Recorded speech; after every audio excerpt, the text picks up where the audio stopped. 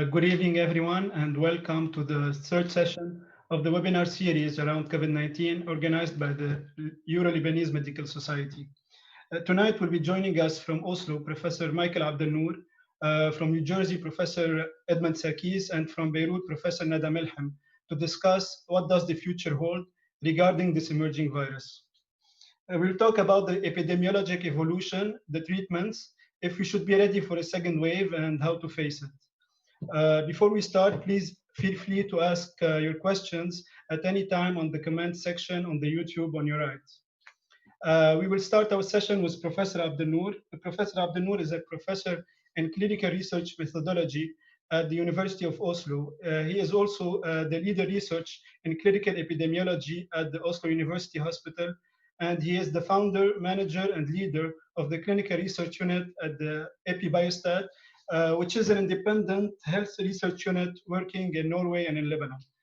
Good evening, and thank you for joining us, Professor ABDELNOOR.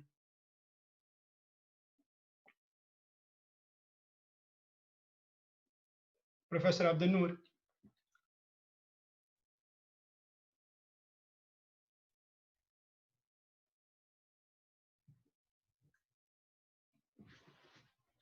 Are you with us, Professor ABDELNOOR?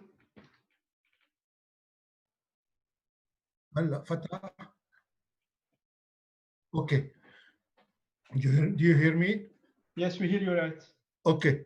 We shall talk about the concept and current evidence of the epidemiology of COVID-19. So let's go to the next slide. Who is moving the slide? Okay. No, this was not. Yes. There is two major questions when we are facing a new virus. The first one is how contagious or transmissible is the new virus, and for this we need the reproduction number R0 or RE, and how virulent is the new virus, and for this we need to answer it by the infection fatality rate, IFR. Next. Okay, the R0, it is the number of infection done by the first infected patient from the virus. And you can see this is an example with R0 equal to the first infected in red infected 2 patients, the other one infect 2, and it goes like that in an exponential process. So this is how the process is going. Next slide. Self-agree, the virulence of the COVID-19 needs to be estimated by the infection fatality rate. But this fatality rate needs to be taken at specific time. It's the number of deaths due to infection divided by the number of infected at a patient at well-defined time. Usually it is unbiased and not well estimated. Next, please. Well, R0 is affected by numerous biological, socio-behavioral, and environmental factors that govern pathogen transmission. It is estimated with various types of complex mathematical model, very complex and difficult. We have an intuitive formula here. It's only intuitive that R0 equal the days of infected multiplied by susceptible people and multiplied by the chance of infection. But it is mostly a mathematical estimate, complex mathematical estimate. Next, please. Well, let's go now. This is the comparison table from the Norwegian National Public Health. It was published in March. Here I'm comparing the de novo pandemic with all the other coronavirus and other pandemic influenza. Let's go to the R naught. If we see the R naught in the column number 2, we can see that for the coronavirus, it goes between 2 and 2.5. If we compare down the 1918 pandemic influenza, it has around the same R naught. So it seems that the coronavirus and the 1918 pandemic influenza have the same transmissibility and contagiousness. If we go to infection fatality rate, this estimation was done by the WHO, 0.3% to 1% by the WHO on March 22 of this year. Definitely, it is not completely correct. There is another infection fatality rate estimation done by the Imperial College in London, and it showed a 1% infection fatality rate. This is close to the 1918 pandemic influenza. So as far transmissibility and as far infection fatality rate, it seems that those two pandemics are close to each other. Next, please. Here is how the red bell curve is showing the infectious curve. It goes to a peak and then it goes down. So it is bell-shaped. This is the epidemic curve.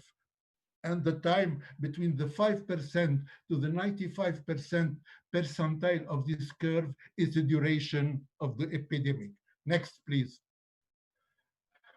What are the strategy for reducing R? It is containment. Well, we call it endiguement, ou bien بالعربي احتواء. We want R null to be close to 1. We go to mitigation. It's atténuation, أما تخفيف.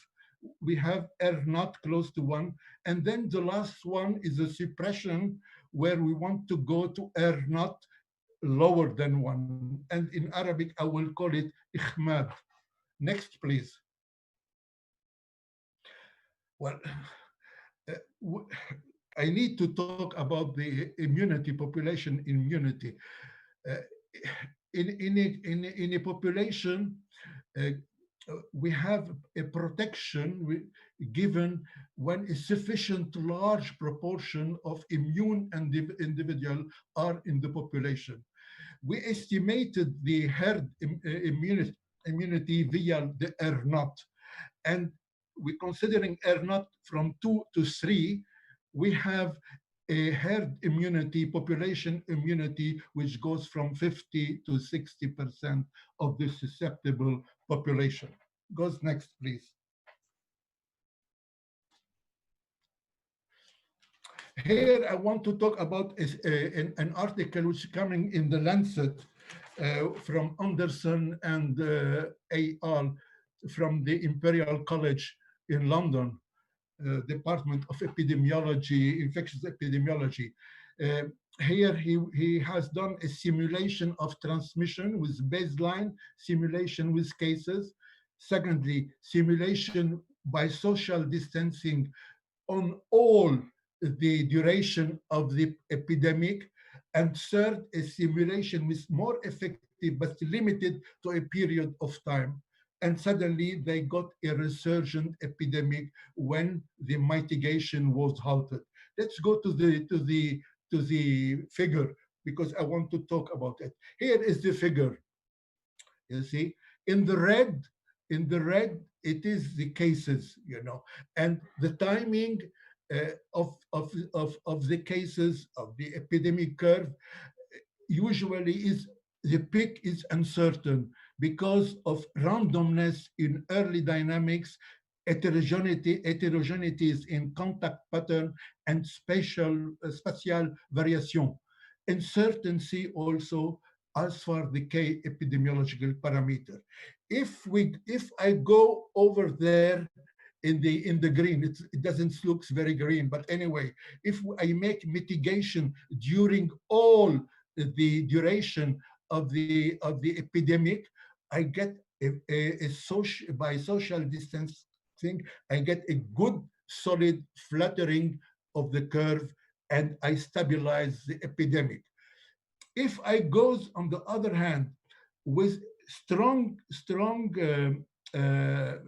mitigation, but for a short time, not during all the duration of the epidemic, which goes from the 5% to the 95% of on the epidemic curve, usually the risk of resurgence follow the lifting of the intervention, and I have a resurgence which we call sometimes a second wave, but it's more a resurgence of the epidemic.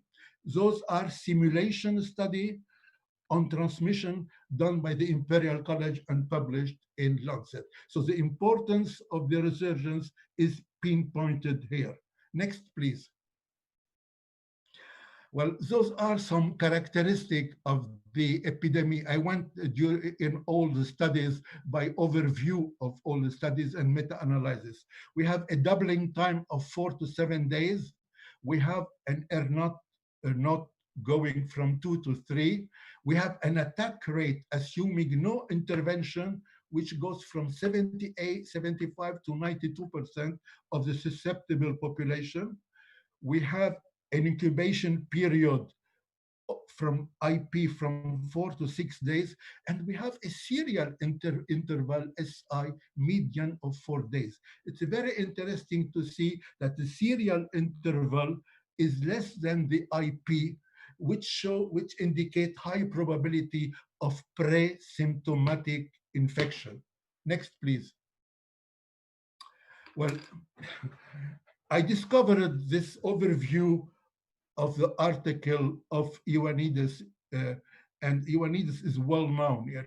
You know, he's working at Stanford, at Department of Epidemiology of Stanford, and he went to the literature and went to 12 seroprevalence studies and considered them, and it studied them. Well, those studies, the majority were random sample, but of the source population.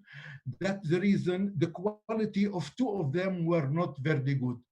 When he adjusted for seroprevalence, you know, all the infection fatality rate fall down to a range from 0.03% to 0.5%. Those estimates are much lower than the early estimations of the pandemic done by the WHO and the Imperial College. Next, please. Well, what shall we conclude? This pandemic has high transmissibility and contagiousness. The IFR looks less dramatic when controlling for seroprevalence of the disease. I hope it is true. The herd immunity is still far away, and a second wave resurgence in the coming winter is possible. Thanks a lot.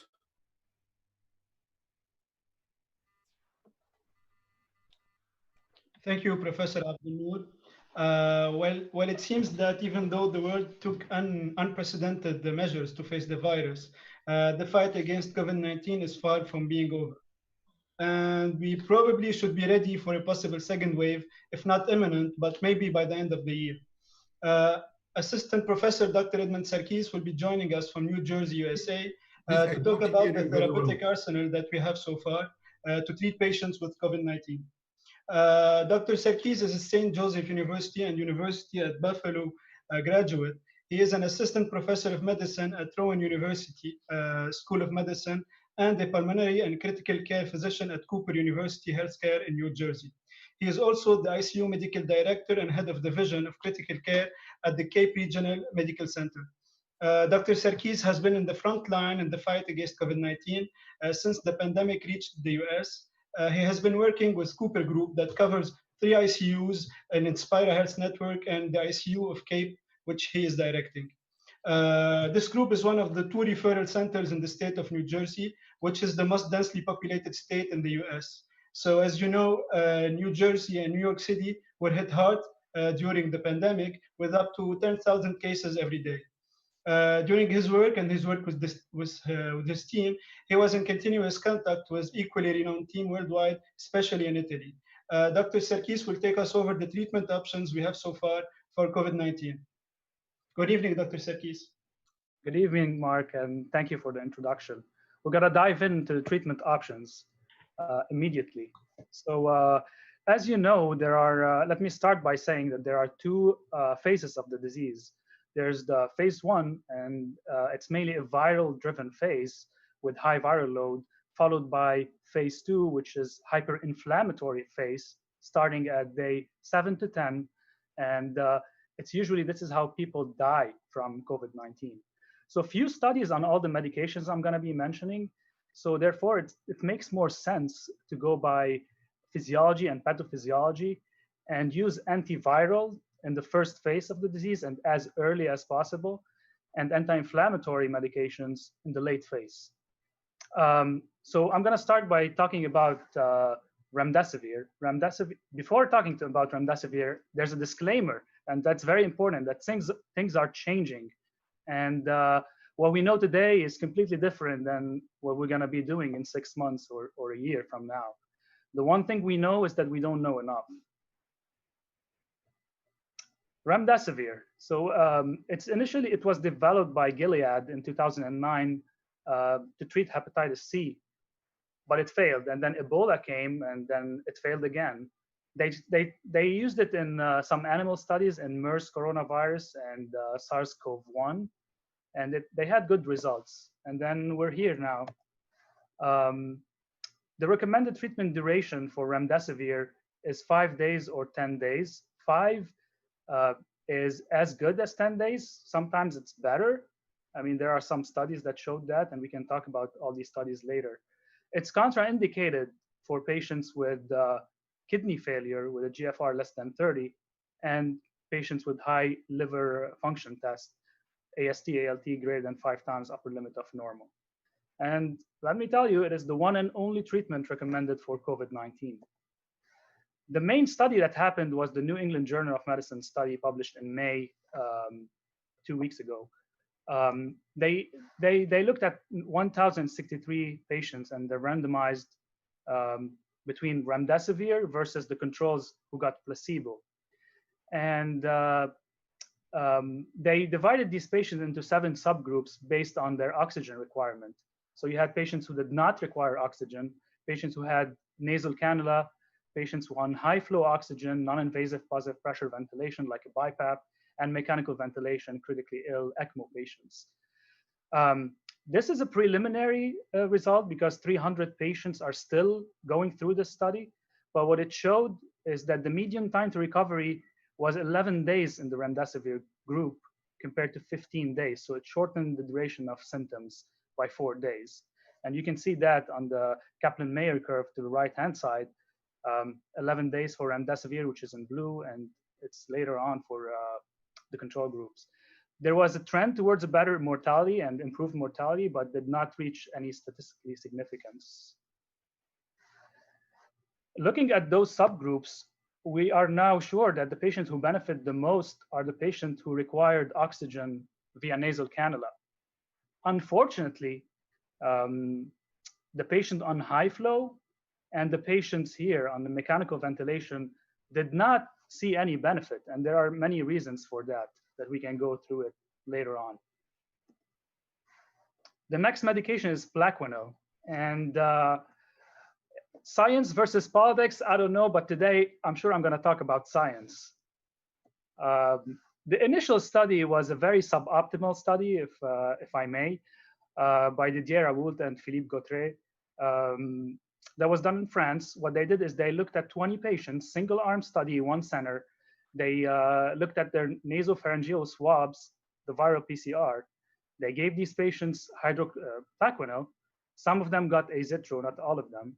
And then they looked at their viral swab every day, and especially day 6. What they found is these patients had significantly lower viral load at day 6. What does that mean? Nobody knows. They compared these patients to other patients from a different center who did not receive the treatment, and they compared them to patients who went to their center but refused to take the plaquenil azithro combo. Now, this was followed by some big studies. This is Chinese studies that I'm showing 150 patients. The plaquenil did not show any difference in viral clearance or symptoms by day 28. And the largest one was a multinational registry, 671 hospitals, 96,000 patients, and it did not show any benefit. However, it showed an increased risk of ventricular arrhythmias by QTc prolongation and increased risk of mortality in the hospital.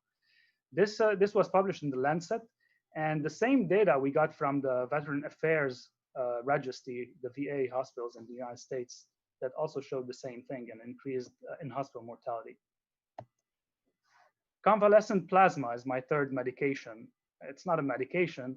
The idea behind it is taking plasma from patients who recovered from COVID-19 and convalesced, meaning developed antibodies, and transfusing these patients to patients who are currently fighting COVID-19. It would make more sense if we give this medication early on in the first phase of disease. That's from the physiopathology standpoint. Unfortunately, we don't have many cases, and the only things we have are case reports. And as you guys know, people tend to publish only positive case reports if they have a good outcome.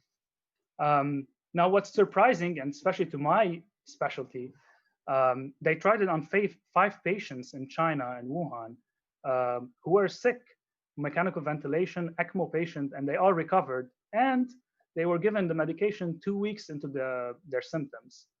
So in my practice, we are giving the convalescent plasma, but we're enrolling these patients into the Mayo Clinic, which is the largest study in the United States currently. Number 4 is Kaletra, lopinavir, ritonavir. And this medication, there was a big hype initially. However, after the trial was published in New England Journal of Medicine, initially in April and then in May, people stopped using it. The trial, they looked at 199 patients. They gave them Kaletra versus placebo.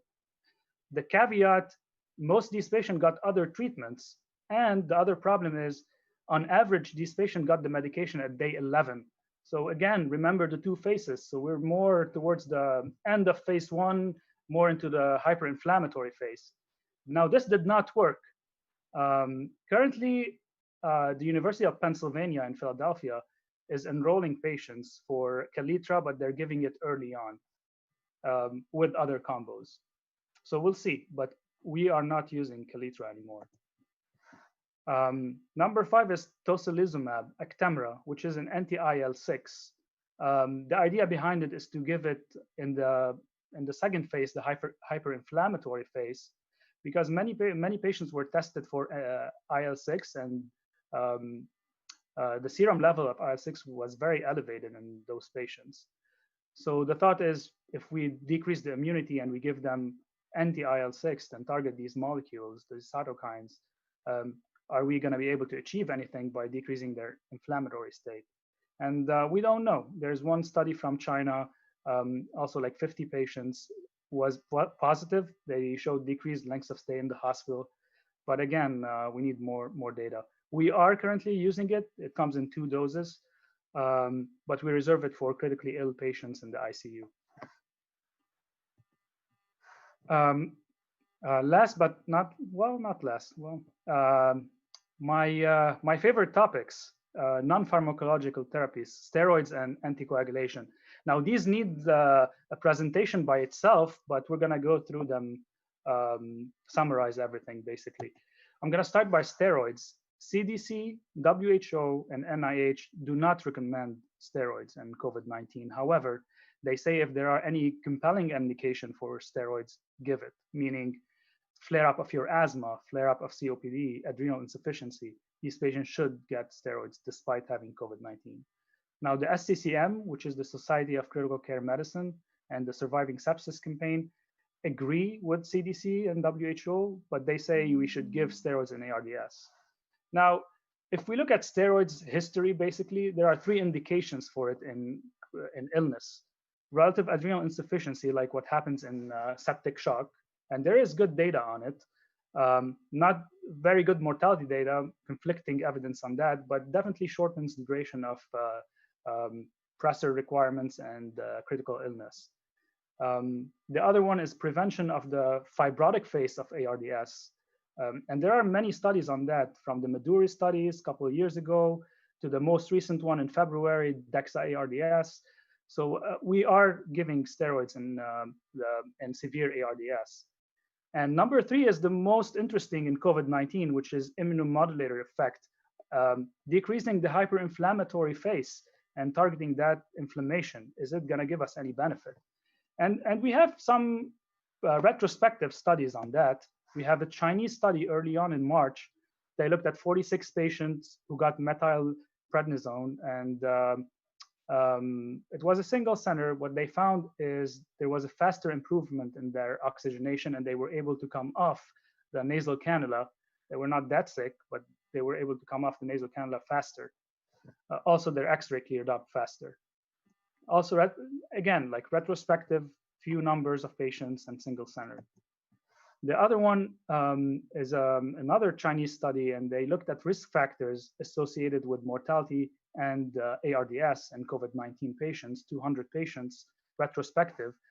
On the right-hand side, it showed that patients who got steroids were less likely to die and survived more than patients who did not get steroids. What goes against giving steroids is what we know from the old coronavirus and viruses overall. MERS, which is the coronavirus, the Middle Eastern coronavirus, in 2018, the largest study with steroids showed prolonged shedding of the virus. So these patients had prolonged days with positive PCR in their nose, and they're spreading the virus for a longer time and increased risk of mechanical ventilation.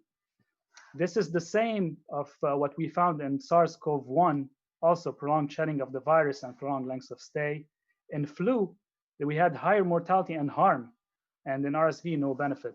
There's one recovery, it's called recovery trial in the UK currently ongoing, and it will be the largest in evaluating the role of steroids. And my favorite topic is the anticoagulation. Now, we all know that this is a very highly thrombotic disease, and thrombosis is caused by coagulopathy caused by COVID-19. And this coagulopathy is not DIC, it's different. The fibrinogen levels are high, and the platelets, PTT, clotting time, we see them relatively normal as opposed to DIC. There's also increase in factor VIII that was seen, meaning there's an endothelial injury happening there, and the prevalence of lupus anticoagulant. And what's bothering me the most are these thrombotic events can be arterial, meaning strokes and lower extremity ischemia. Why give anticoagulation in COVID-19? There are two reasons for that. Number one is what we know from autopsy results, and the most recent autopsy result was last week in Germany. And what they found is most patients who died, and they were ICU patients, they had microvascular thrombi in their pulmonary vasculature, and they had larger clots like PE, pulmonary emboli, and those patients were not suspected to have pulmonary emboli by their treating physician. The other reason is the Mount Sinai in New York City data. 2,700 patients, 28% received anticoagulation. And what we see is there was the patients who received anticoagulation in blue survived longer. And this was most prominent in sicker patients who were on mechanical ventilation. Also, what this proves is that the bleeding is not that bad with systemic anticoagulation. It was not statistically significant, 3% versus 1.9%. And what I think, in my opinion, and our personal experience, what saves these patients is bread and butter, evidence-based critical care management, rather than all these medications that I've been mentioning. And I'm going to end my talk from a quote from The Last Dance that I invite everyone to watch on ESPN, which is a docuseries about Michael Jordan. Marc Vansel said, "You could argue that Michael Jordan was as good at his job as anyone has ever been at their job, ever, in anything. So I'm going to invite you all to be the Michael Jordan of COVID-19. And thank you.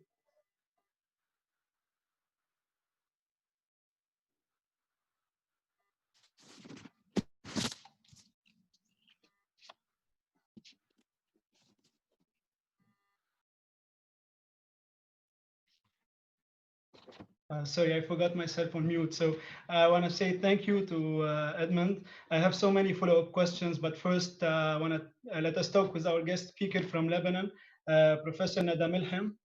Professor MELHEM is a professor of infectious diseases and microbiology and chair of the medical laboratory science at the American University of Beirut, where she is also the director of the health profession divisions.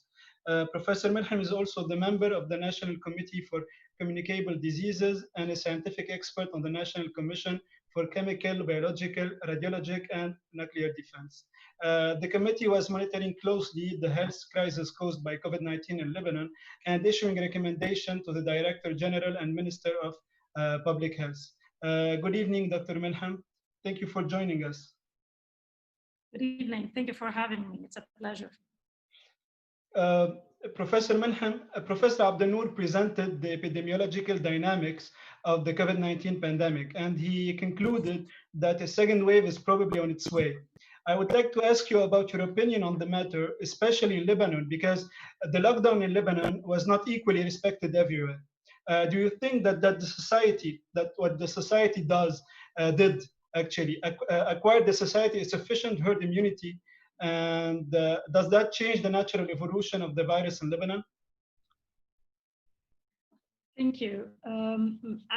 Actually, the emergence of severe acute respiratory syndrome coronavirus 2 or SARS-CoV-2, which is the causative agent of COVID-19, has demonstrated the impact of the emergence of a new virus on a susceptible population that hasn't seen this agent before.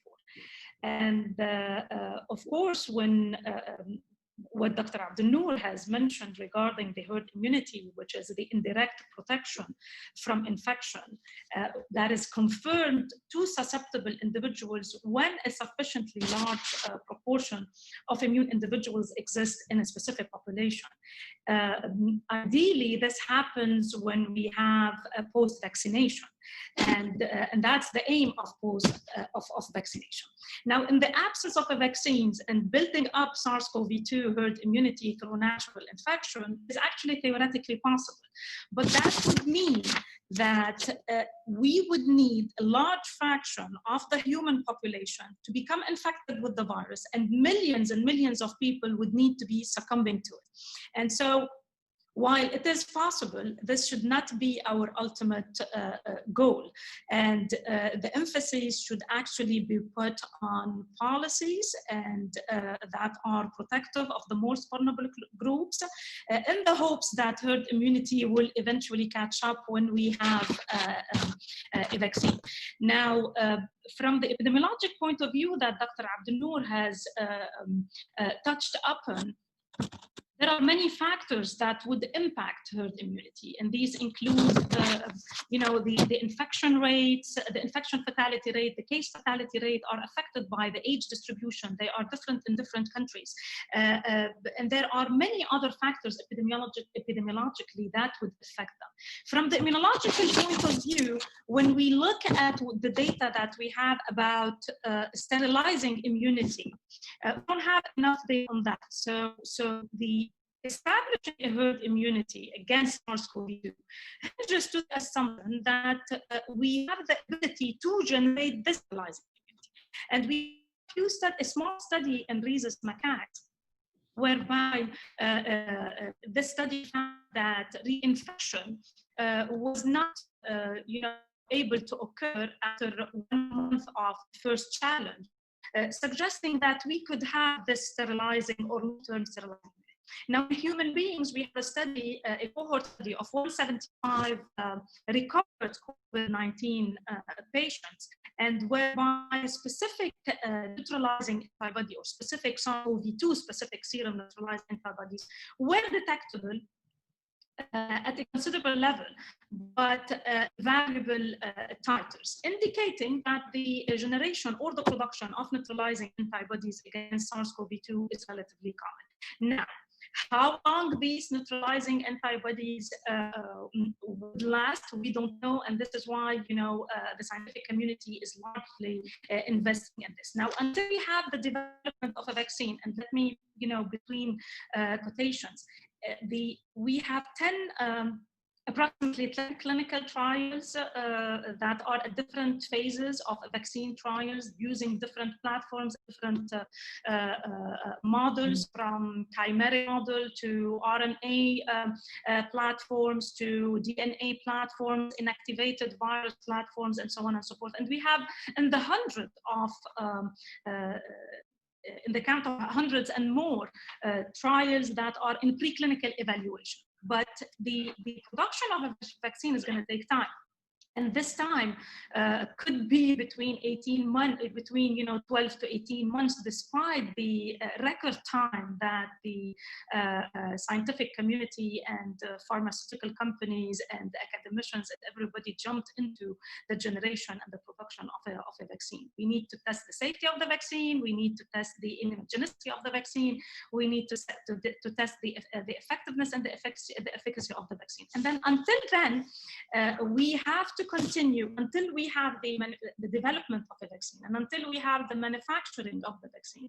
And there is another key factor, which is once we have this vaccine, the access to this vaccine and how is it going to be distributed to different parts of the world. So until we have that, the herd immunity should not be our ultimate goal. But we will have to continue the measures that we are implementing globally. And these are continuous testing, continuous contact tracing, continuous isolation of the suspected and the exposed cases, social distancing that needs to be implemented, in addition to wearing masks, specifically because of the large count of asymptomatic cases that are associated with COVID-19, of course, in association with the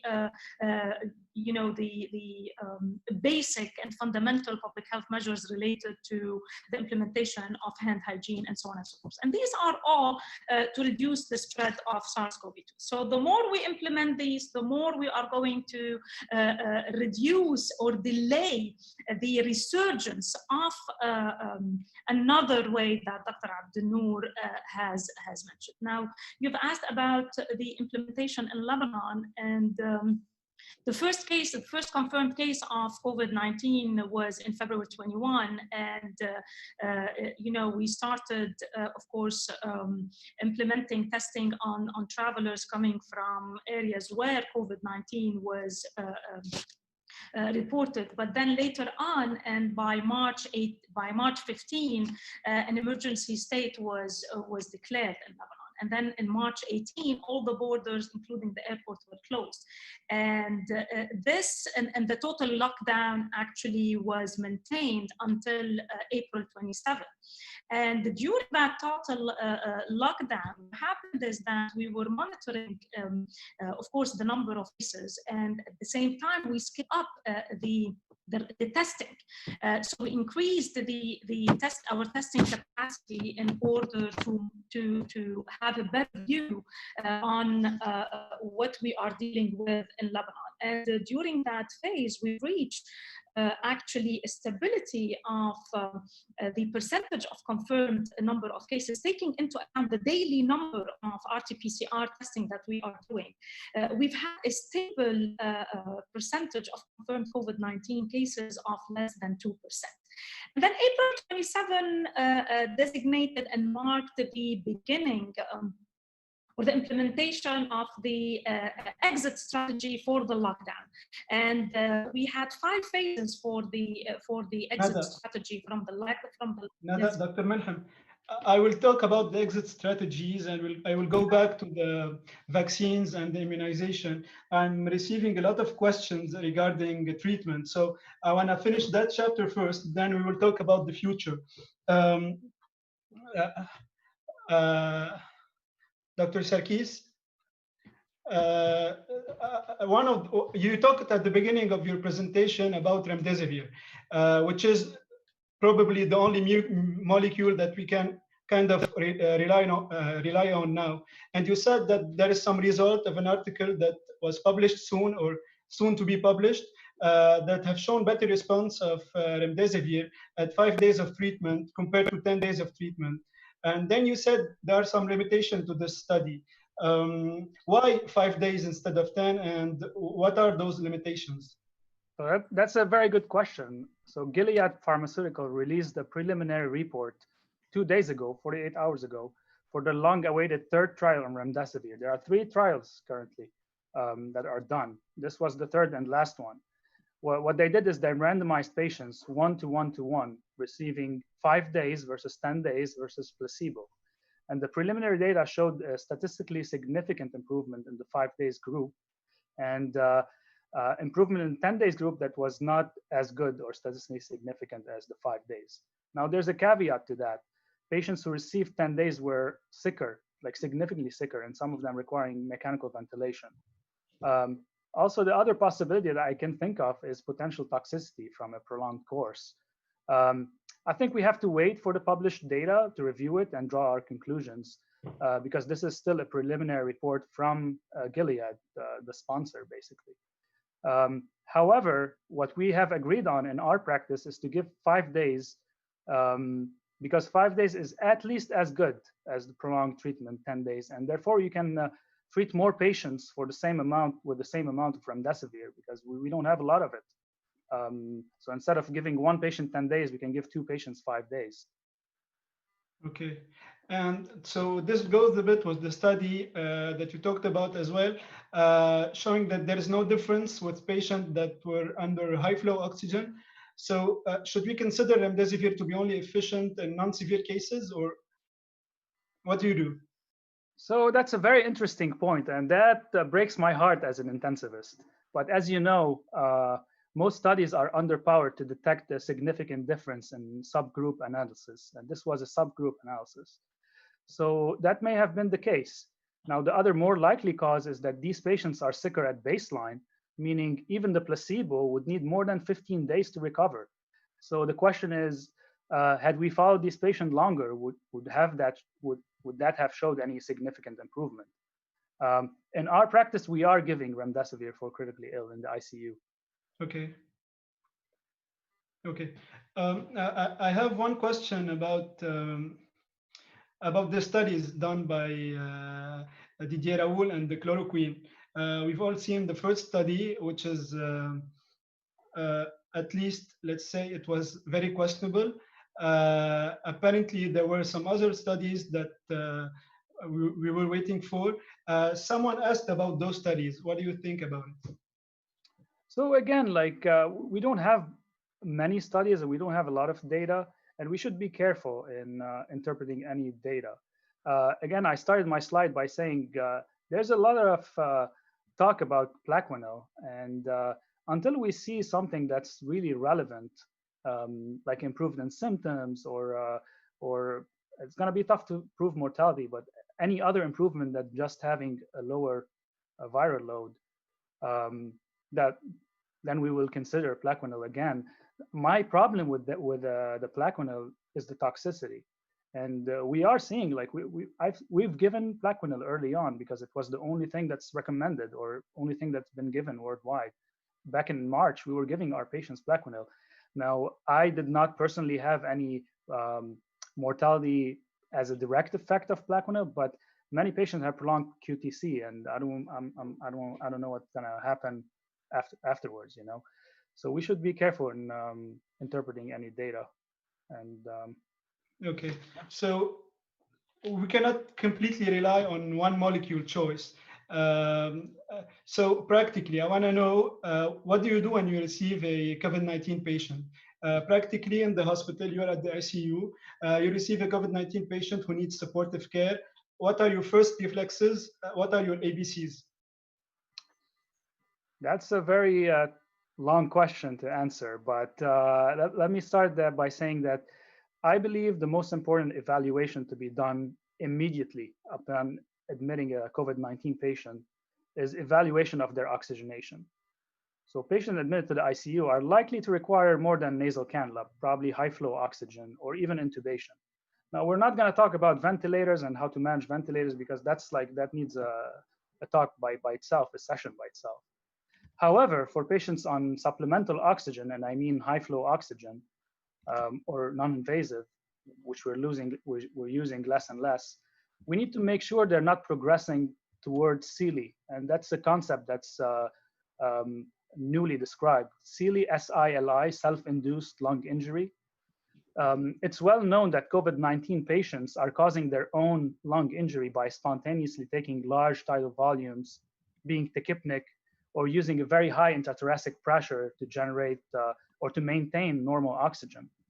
So if that's not the case, we usually do not intubate them and keep them on high flow oxygen and watch them. The most important second step, and it's really, really, really important, is prone position. Basically asking the patient to self-prone, asking the patient to lay on their belly. The physiology of COVID-19 shows an out of proportion hypoxia. What that means is patients on their CAT scan, when you do a CAT scan or X-ray, they have ground glass opacities without this bad and severe alveolar filling. So it's not very badly filled alveoli. However, their oxygenation is impacted very badly and out of proportion to the lung injury. As of today, and this may change, but we believe there are two causes for this out of proportion hypoxia. Number one are the microthrombi that we're seeing in the pulmonary vasculature. And we talked about them in my presentation. And number two is the loss of hypoxic vasoconstriction of the pulmonary vasculature.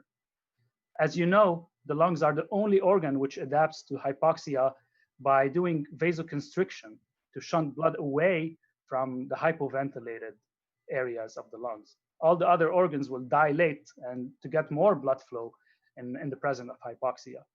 And this loss of hypoxic vasoconstriction in COVID-19 significantly worsens the VQ mismatch and causes this, one of the two reasons that's causing this out of proportion hypoxia. And the main therapy for that is prone position, proning. I've seen a tremendous improvement in patients' oxygenation with just flipping them prone position. Okay, and I'm receiving a lot of questions regarding anticoagulations. What do you use? What is the molecule that you use, and for how long? So again, we're following what we and other people agreed on. We have like protocols, and we're doing similar to the New York folks and Mount Sinai and NYU and Columbia. What we're doing is our go-to is Lovenox, 1 mg per kg, twice daily, therapeutic Lovenox. Now, we've seen some patients who developed HIT or who had contraindication to Lovenox, and we're giving them Fondaparinux. Now, I'm talking about these are critically ill patients in the ICU. I do not recommend systemic anticoagulation for patients who are not in the ICU, who are outpatient or not even in nasal cannula. Huh? Not even in prophylaxis? Prophylaxis, every patient admitted to the hospital should be on prophylaxis antibiotic. Actually, the society recommendations, all the societies, SCCM, CDC, WHO, NIH, they recommend prophylactic anticoagulation for all inpatients, except the French Society of Hematology, actually, which I like what they recommend. They recommend therapeutic anticoagulation in critically ill patients, and they are the only society that recommends that. Okay, so but again, so there's no good data on it, but this is what is being done currently, especially in the big centers in the United States. And how long do you keep it after recovery? So that again, the consensus here in the Jersey area and New York area, all big centers are sending the patients on prophylactic, like low dose apixaban, for 30 to 45 days post discharge. Okay. This is not backed up by good data. This is what we're doing here in New York and New Jersey. We did not have time enough to get data. I agree, and this is how we're doing it here. So I want to thank you. We will go back to you if I have more treatment questions. Now I want to go back to Dr. MELHEM and Professor ABDELNOOR. You brought the subject of immunization. And with the lockdown being lifted gradually in many countries, including Lebanon, we have seen some European countries using that antibody testing to measure the immunity of the population. But some people are using those tests to measure their own immunity, if they are safe or not. And some studies are being controversial towards the use of antibody testing. What is your opinion on the matter? Can we use it to know if we are immune or not? Is this question for me or for Dr. ABDELNOOR? We will start with you, then I will take the opinion of Dr. ABDELNOOR. Dr. ABDELNOOR, you have your microphone off. Answer it, because there is only one good prevalence study about antibodies, which has been published in JAMA on May 18. And in these studies, where in the county of Los Angeles, they found a frequent prevalence of serological using antibody of 4% on this population. And when the same population, source population, has been checked by the antibody and by the usual PCR, and the ratio of sick patient between antibody and PCR was 50. 50, you have to multiply by 50 to get when you make the antibody test. It means you increase the prevalence of sick people. But I think this antibody problem, I will go away from the zero prevalence and let Professor MELHEM give her opinion as an immunologist. Also, she is more adequate to answer this question. Professor MELHEM. I do agree on the scarcity of data on seroprevalence studies, even though they are actually important to happen as a cohort effect and frequently in order to determine actually the exposure of different populations to SARS-CoV-2. And of course, these sero surveys or seroprevalence studies will help us to determine the duration of the humoral immune responses or the antibody immune responses, and whether they are capable of actually protecting against a reinfection on the long run. And it will be, of course, a good correlate of protection that could be used for many inferences during vaccine studies. However, for serological or the results from antibody testing should not be used as the sole basis to diagnose or exclude SARS-CoV-2 infections or to inform infectious status. Now, even if you have and currently, we don't have any FDA approved or authorized serological point of care test. And of course, they are going to be available in the future, but it is better to rely on RT-PCR and on molecular tests to diagnose the presence of SARS-CoV-2. Because we cannot exclude when we have a negative antibody testing. This does not exclude a SARS-CoV infection, and that's why it has to be the clinical presentation and the exposure should be taken into consideration, and consequently RT-PCR to confirm. Okay. And if we do it later on, can we consider ourselves protected if we have positive results or not? So again, as I mentioned earlier, because we do not know the duration of these neutralizing antibodies. I mean, now we know that we do have neutralizing antibody because of the small number of studies that we have. But again, they were done in a small sample size, an animal study and then a human study. So we know that we have neutralizing antibodies that serologically could be a good correlate of protection, but we don't know the duration and how protective they are. So we still have a long way to go in order to determine all of these confounding factors. Okay. I will talk again to Professor ABDELNOOR, then I will take your opinion, Dr. MELHEM. Professor ABDELNOOR, you mentioned the possibility of a seasonal virus. You said that this is possibly a seasonal virus, but as also you said that RO or the seasonal pattern of the virus depend on the human response to that virus. So if this virus is coming back, or if we have a second wave, does that mean that we are looking towards another lockdown, maybe in the next winter, or if there is no vaccine, no treatment found? Well, your question is a bit difficult. It's like the lamp of Aladdin, the lamp of Aladdin lamp. So it's very difficult to answer. But there are probability that a resurgence will come. But I will not go more than that. But usually, if there is a resurgence, we have to go to mitigation and containment back. As the Professor MELHEM said, as long we don't have a vaccine, as long even we don't have any treatment, because we are waiting the mega trial of the WHO. Without the mega trial of WHO, we don't have any kind of therapeutical strategy. So we don't have therapeutical strategy. We don't have vaccine, as Professor MELHEM said.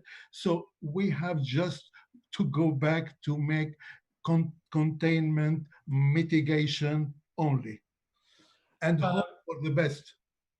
Okay, and you also said that RO is estimated to be equal to, but apparently someone just asked me, there is a new study who showed the RO to be equal at 5. So it's different than what was stated before. It's a study made in the US. How precise is this new estimation? Well, you know, this is very difficult. It is a very complex. The RO, we have two reproduction number, the R naught and the RE, the R, which is depending on the time, you know, but the R naught, which we are using it usually, it depends on the population that we are doing. And on it's a lot of complexity in it. But if we have been considering all the good studies, you know, the 15 good studies, the R naught is moving between 2 and 3. The other, it could be a biased R naught. It could be. Okay, so and if we consider this to be the case, and if we consider that there is another wave coming, according to what's happening in Lebanon, according to the environment, the people, how they are not really respecting social distancing and lockdown, I have this question, so I have to ask you this question. Can we estimate, or can we say maybe it's by next autumn, or? No, we have to go back to the Aladdin lamp. Yeah, so. Right. We cannot project, but I would like, in fact, I'm surprised in Lebanon they have done an excellent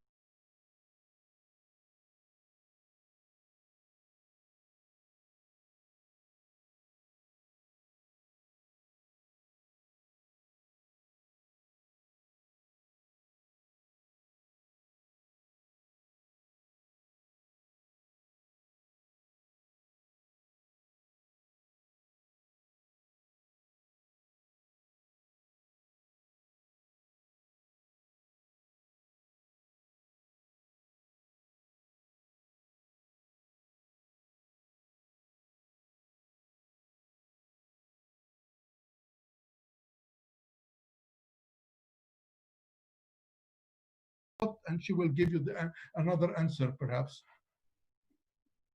Actually, you know, the progress and the evolution of the COVID-19 epidemic in Lebanon is really, like Dr. ABDELNOOR has mentioned. I mean, we've done a remarkable job at being able to only having, as we speak now, only a number of cases, a total count of cases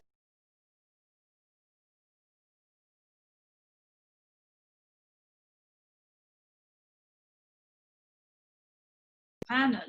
The February 21, when we first confirmed the first case, and like I said, on between March 15 and March 18, we had initiated a medical state of emergency and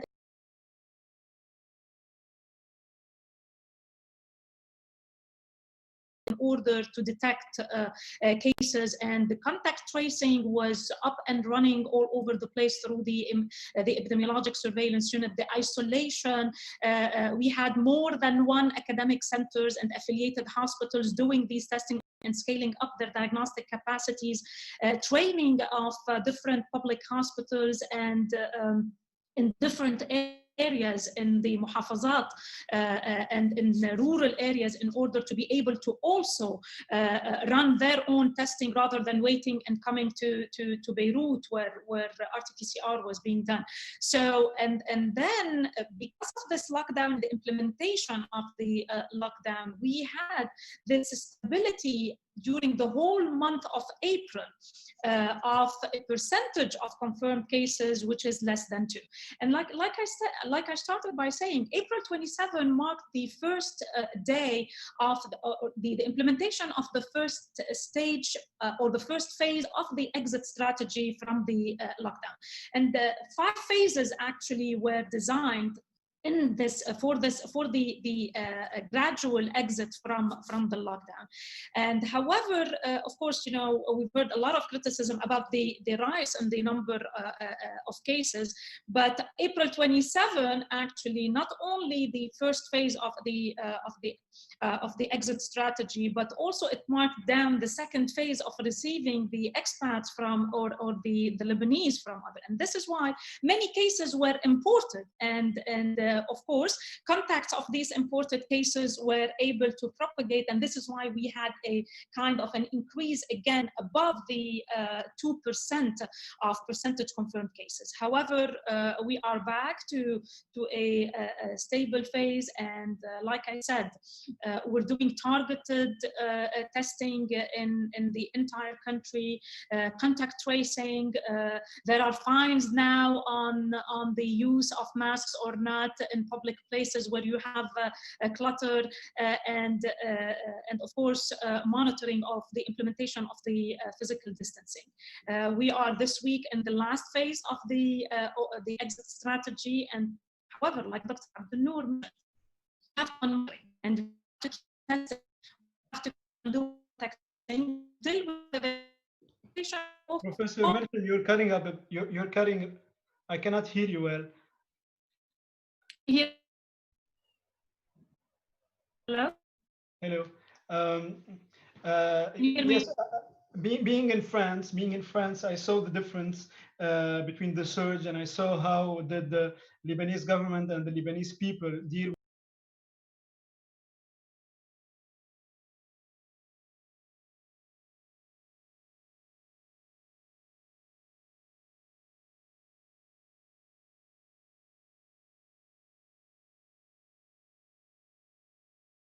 the recommendation of WHO. So maybe other countries should think about doing the same instead of blocking.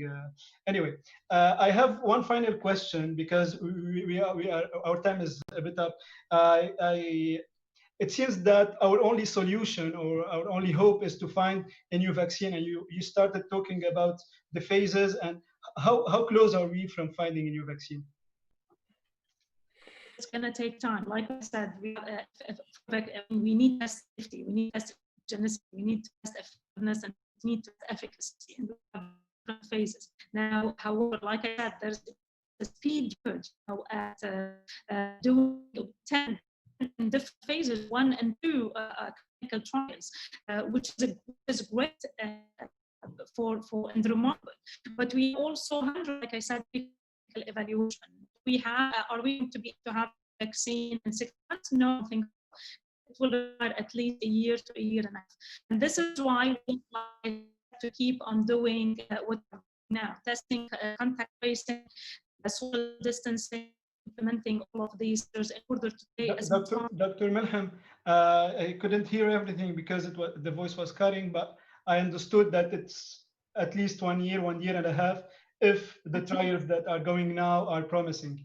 That's right. You have after that the access and distribution of the vaccine and which countries are going to have that vaccine. So we have a lot of as we hope. It's not going to be as fast as we hope. So Dr. SARKIS, you had something to say? I said we're gonna have it first in the United States. Unfortunately. Of course. So it looks like Saadallah has been telling me like 10 minutes ago that we exceeded our time limit by far. It was really a rich and interesting discussion. I would like to thank you. I would like to thank our speakers, Professor ABDELNOOR, Professor SARKIS, and Professor MELHEM. I would also like to thank the team who's behind all this, Dr. Eli Haddad from Paris, the president of the society, Dr. El Samhanna, also from Paris, who's behind all the communications and messages you've been receiving. And of course, Dr. Saadallah Tamer from the Netherlands, who has been managing all the technical aspects of the session for many days, solving all the possible problems from behind the scenes. I would also like to thank our friends in Lebanon who have been helping us reach the Lebanese doctors and residents, Dr. Marwan Zahbi, Dr. Hamdi Kouri, and Dr. Nathalie Reza. I would like to thank our colleagues who are watching us and participating, asking all the questions. I will let Dr. Haddad talk to you about next week's session. Until then, be well, stay safe. Dr. Haddad.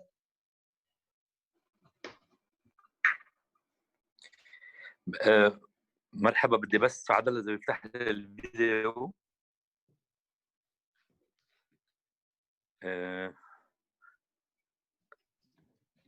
You're on. Okay. Who's the flag? bonsoir للكل. بدي احكي بالعربي